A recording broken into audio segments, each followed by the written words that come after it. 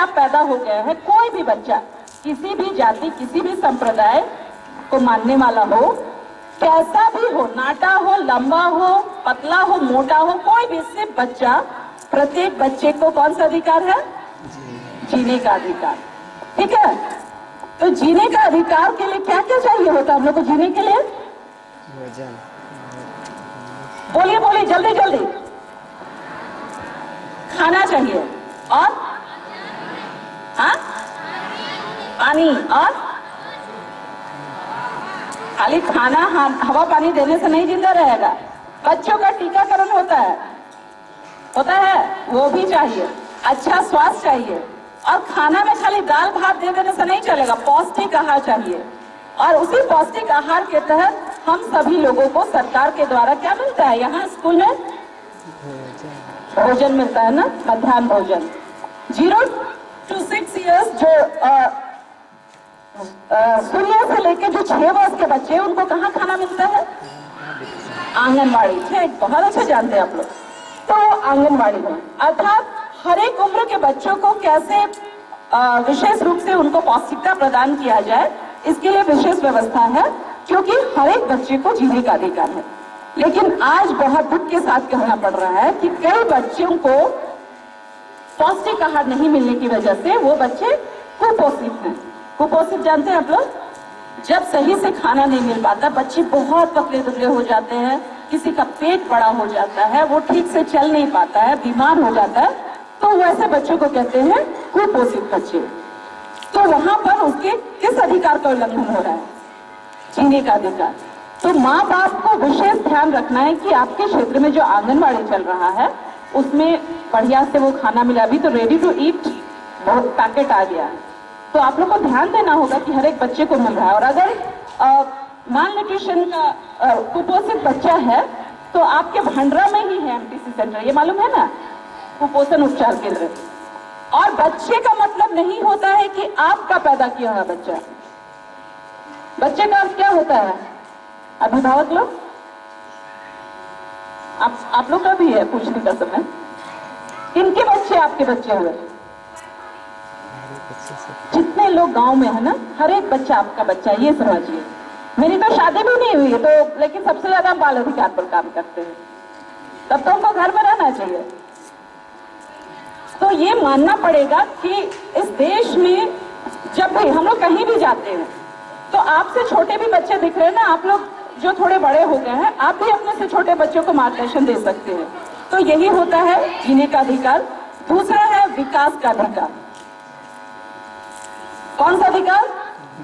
विकास का अधिकार, जिसको राइट टू डेवलपमेंट कहते हैं इंग्लिश में। और विकास करने के लिए हम लोगों को किस चीज की आवश्यकता होती है? हाँ, पढ़ाई की ना, वेरी गुड। उधर से पीछे से बीच से आवाज आ रहा है, सामने वाले लोग, लड़कियां बोलिए। यहाँ पर देखे 3 महिलाएं हैं, और हम उम्मीद करते हैं आपके जब पूरे क्लासेस में घूमे तो एक बात बड़ा अच्छा लगा कि हर एक क्लास में लड़कियों की संख्या बहुत ज्यादा है। इसके लिए एकदम जोरदार ताली बजे। बहुत धन्यवाद। तो लड़कियों की संख्या ज्यादा है, तो लड़कियों की तरफ से गुणवत्ता भी होना चाहिए। आकर के सिर्फ बैठे रहने से काम नहीं चलेगा। कल कहीं ना कहीं आपको परिवार संभालना है, तो स्कूल आना सिर्फ जरूरी नहीं है। स्कूल आकर के स्कूल में जो बातें सिखलाई जाती हैं उसको जानना, समझना और उसको फिर अपने जीवन में इस्तेमाल करना। और विकास करने के लिए आपको सबसे बेहतर तरीके से खाना खाना पड़ेगा। कल एक जगह कार्यक्रम था, वहां पर महिलाएं पहले खाना खाने गई तो पीछे से कुछ आवाज आ रही है, अरे महिलाएं लोग पहले कैसे खाना खा रहे हैं? घर में आप लोग पहले खाना खाते हैं क्या? घर में कौन पहले खाना खाता है? लड़का लोग। तो लेकिन इसी बात को बदलना बहुत जरूरी है।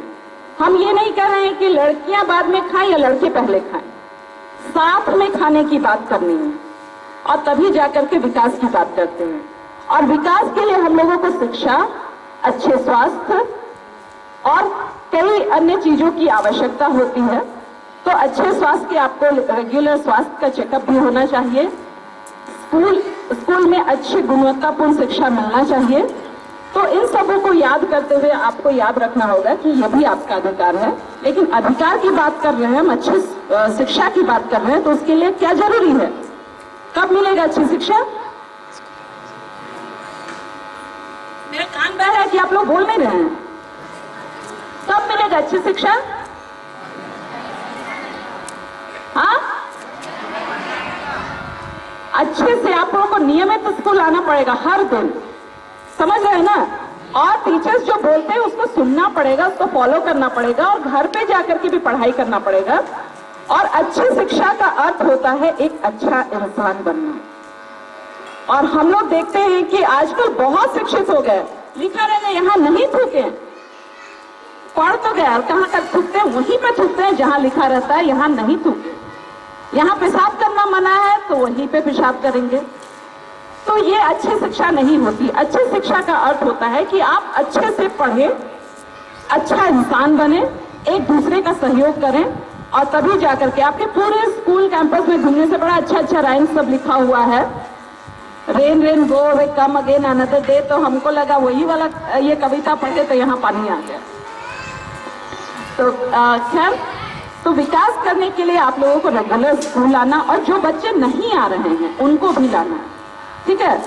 तीसरा अधिकार जो है वो है राइट टू पार्टिसिपेशन, जिसको कहते हैं सहभागिता का अधिकार। और सहभागिता का अधिकार अर्थात आपको हर एक चीज में सहभागी होना। आप स्कूल आएंगे, ये कौन निर्णय लिया? आप अपने से कि अभिभावक? अभिभावक ना। लेकिन अब तो आप निर्णय ले सकते हैं। स्कूल में कोई बातचीत हो रही, जैसे आज यहाँ पर मीटिंग हो रहा है तो हम लोग सब लोग यहाँ पर उपस्थित हैं, तो यही होता है सहभागिता का अधिकार। अगर आपके परिवार में कोई निर्णय हो रहा है, जैसे कि आज खाना क्या बनना है, तो कौन डिसाइड करता है? आप लोग। हाँ, वो भी तो उसमें भी गार्जियन लोग ध्यान देगा। अब इसका मतलब नहीं कि आप लोग बोलिएगा कि आज चाउमीन बने, आजकल के बच्चे वही कहते हैं। तो परिवार की स्थिति देखते हुए और कोशिश कीजिए कि आप लोग जो भी अवेलेबल सामान है, जो भी वहां पर हमको हम लोग कहाँ पर थे, वो संतोष वाली बात इनके ऑफिस में ना, कि जो भी आपके पास संसाधन है उसमें संतोष करना चाहिए। अब इसका मतलब नहीं कि एकदम जो है उसी मर्यादा, कोशिश करना चाहिए कि, और हमारे आसपास बहुत सारे संसाधन हैं। अभी चाकोड़ साग बहुत है ना, उसको भी खाना चाहिए। मड़ुआ आजकल उग ही नहीं रहा, मड़ुआ खाना आजकल डॉक्टर प्रिस्क्राइब कर रहे हैं। तो आपकी पार्टिसिपेशन हर जगह दिखनी चाहिए। और परिवार में क्या खाना बनेगा उसमें भी आप अपना, हमको लगता है आधे लोगों का, तो जिनके अभिभावक नहीं पढ़े लिखे हैं, आप लोगों की जवाबदेही है कि अपने गार्जियन को अभी भी आप अक्षर ज्ञान करा दें। क्योंकि बहुत बार क्या होता है ना, क्या लिखा रहता है उनको पता नहीं और वो हस्ताक्षर कर देते हैं, सिग्नेचर कर देते हैं।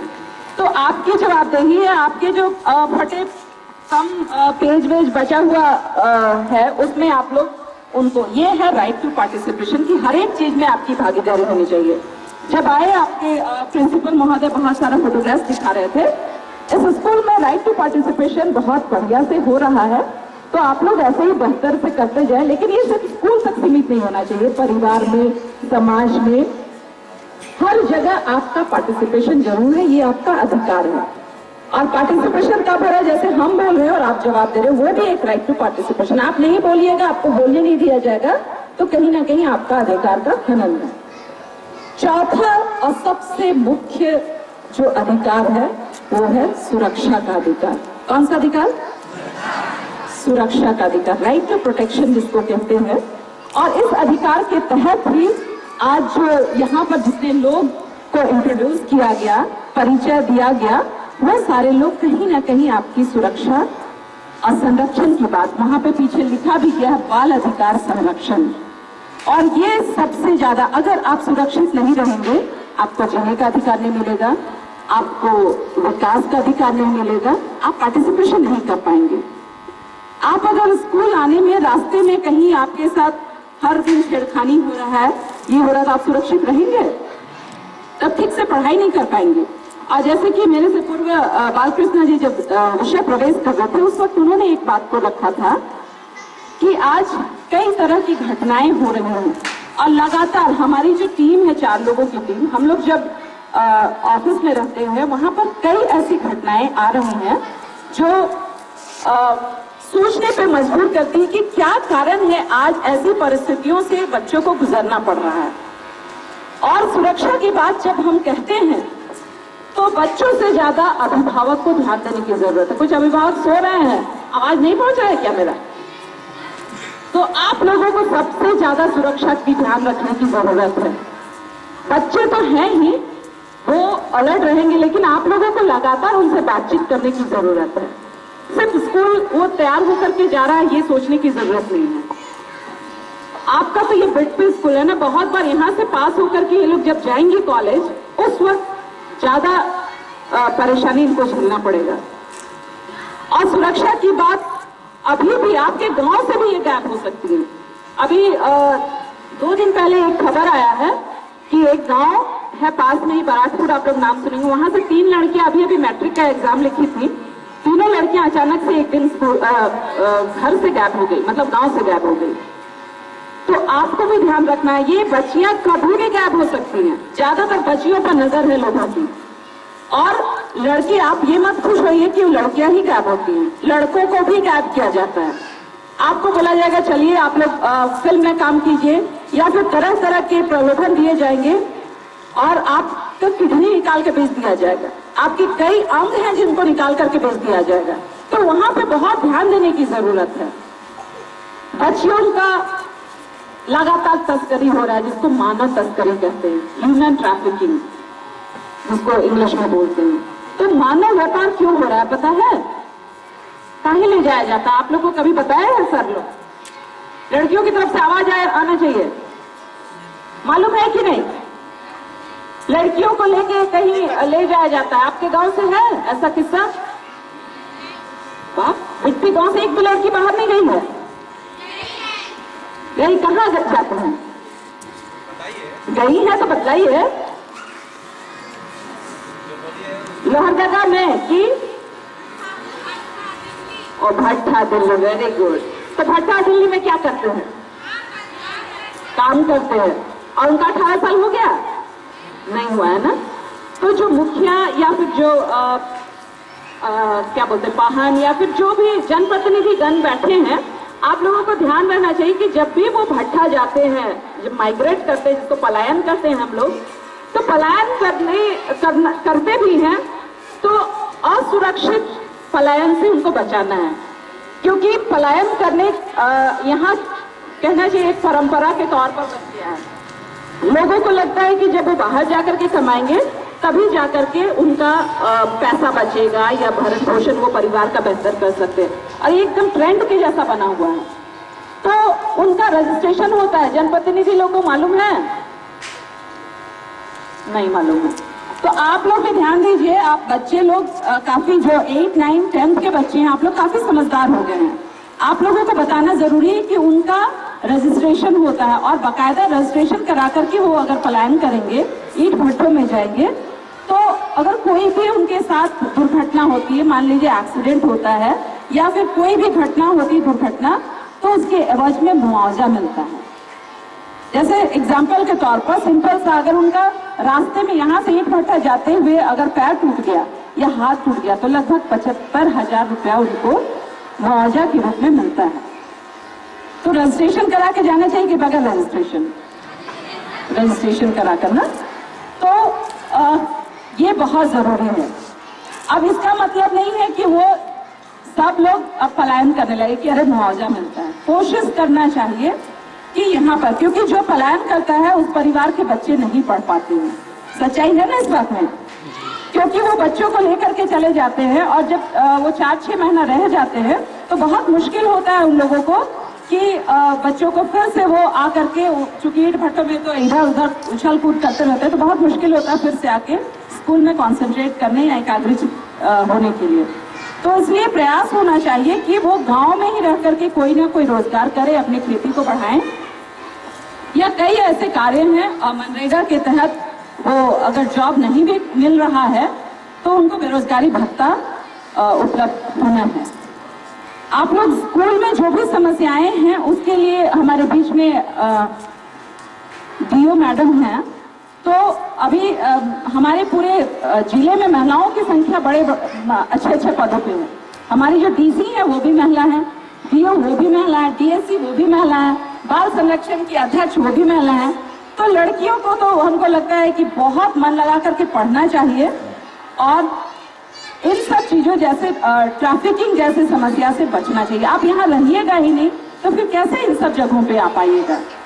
अगर आप चाहते हैं कि कल को पढ़ करके आप अपने गांव की दशा, अपने परिवार की दशा या फिर अपने पूरे क्षेत्र की दशा को बेहतर करना चाहती हैं, एक बेहतर समाज के गठन में आप अपनी भागीदारी, जो राइट टू पार्टिसिपेशन, सहभागिता का अधिकार जिसकी बात हम किए, वो अगर करना चाहती हैं तो आपको पढ़ना बहुत जरूरी है और पढ़ना भी एकदम अच्छे तरीके से। इसके साथ एक बहुत गंभीर समस्या है, आज लड़कियां या लड़का कोई भी सुरक्षित नहीं, ज्यादातर लड़कियां, और जिसको बोलते हैं यौन शोषण। अगर आपको कोई भी गलत तरीके से की उम्र का हो सकता है, जरूरी नहीं 10 साल का होगा, 15 साल का होगा, 17 साल का। यदि आप लोगों के पास ऐसी कोई समस्या है, आप परिवार में बताएं लेकिन परिवार ध्यान नहीं दे रहा है, तो आप लोग हमारे पास आ सकते हैं, हम लोग उसका समाधान करेंगे। लड़कों के साथ मुझे बात करने की इसलिए जरूरत है, लड़कों का शोषण, यौन शोषण कम होता है लेकिन सबसे ज्यादा अभी यौन शोषण की जो घटनाएं घट रही हैं वो लड़कों के द्वारा ही हो रहा है। तो आप लोग लड़कियों को जब भी देखते हैं तो अच्छी नजर से देखें आप लोग। और अभी से जो बढ़ रहे बच्चे, आप लोगों से अनुरोध है कि कल को आप भी एक पिता बनेंगे। आप किसी के भाई हैं, आप किसी के बड़े दादा हैं, छोटे भाई हैं, तरह तरह का रिश्ता है। तो अगर एक बेहतर समाज हम चाहते हैं तो इन सब घटनाओं में कमी लाना जरूरी है। और आप जब भी स्कूल आते जाते हैं कोशिश कीजिए अकेले नहीं आने का, क्योंकि आपकी सुरक्षा आपके हाथों में। आप लोग एक दो साथ में आए और कोई भी व्यक्ति आपके शरीर में गलत तरीके से आपको नहीं छू सकता है, इस बात का ध्यान रखिएगा। लड़का हो या लड़की, किसी को भी कोई गलत तरीके से नहीं छू सकता है। छेड़खानी, यहाँ पे एक आए थे तो छोटी छोटी कोशिशें दिखा रहे थे नवनीत जी आपके प्रिंसिपल, उसमें देख रहे थे, एकदम दिखाया गया है कि मैंने छेड़खानी करना बंद कर दिया, लेकिन उसमें फोटो में दिख रहा है कि कर रहे हैं। तो ऐसा होता है, 4 लोग बैठते हैं, आजकल तो एकदम कम, 12-13 साल के लड़के भी छीटा करते हैं या नहीं करते हैं? डर लगता है? हाँ, लगता है कि नहीं? डर लगता है ना? तो डरना नहीं है, उसका बहुत उपाय है। स्कूल में बताइए, अभिभावक को बताइए, और कहीं नहीं होता तो हम लोग तो हैं ही। हम लोगों का नंबर यहाँ हम लोग छोड़ करके जाएंगे, आप नोटिस बोर्ड में लगा दीजिएगा जरूर से।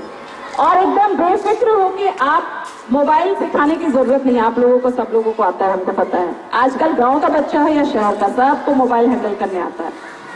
और बाल कल्याण समिति विशेष रूप से वैसे बच्चों का सहयोग करता है जिसको इंग्लिश में बोलते हैं CNCP, child in need care and protection, अर्थात वैसे बच्चे जिसको विशेष देखभाल की जरूरत है। और उसमें एक अनाथ बच्चा बच्ची आ सकता है। अनाथ का मतलब जिसके माँ बाप नहीं है, या माँ नहीं है, या पिता नहीं, कोई एक व्यक्ति नहीं है, या गरीबी की वजह से नहीं पढ़ पा रहा है, वैसे बच्चे आते हैं।